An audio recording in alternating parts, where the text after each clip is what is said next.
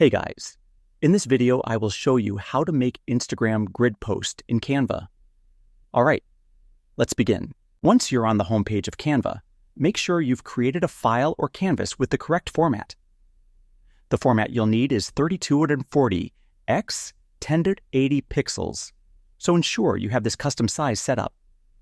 After that, click on Settings and make sure that the Show Rulers and Guides option is turned on. This will help you align everything perfectly.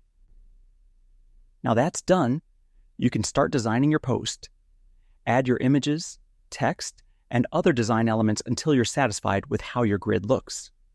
Once your design is complete, scroll down to the left panel and click on Apps. In the search bar, type Image Splitter. This is the app we'll be using to divide your image into multiple squares. Click on the app, then select Open App. It will export your design.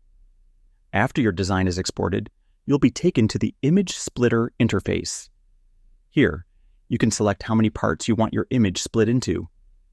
By default, it's set to a 3x3 split, which works perfectly for a clean Instagram grid, so I'll go with that as well.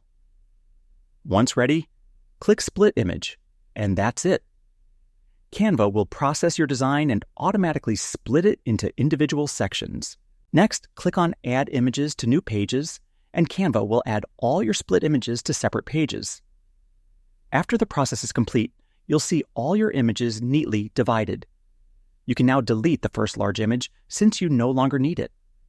Then click on Share, select Download. Make sure you've checked the Select All Pages option, and then press Download again. And there you go! You now have all the split images downloaded and ready to upload to Instagram in perfect sequence. So that's basically how you can make Instagram grid post in Canva. And that's it for this video. If you found this helpful, consider subscribing and giving this a big thumbs up. Thanks.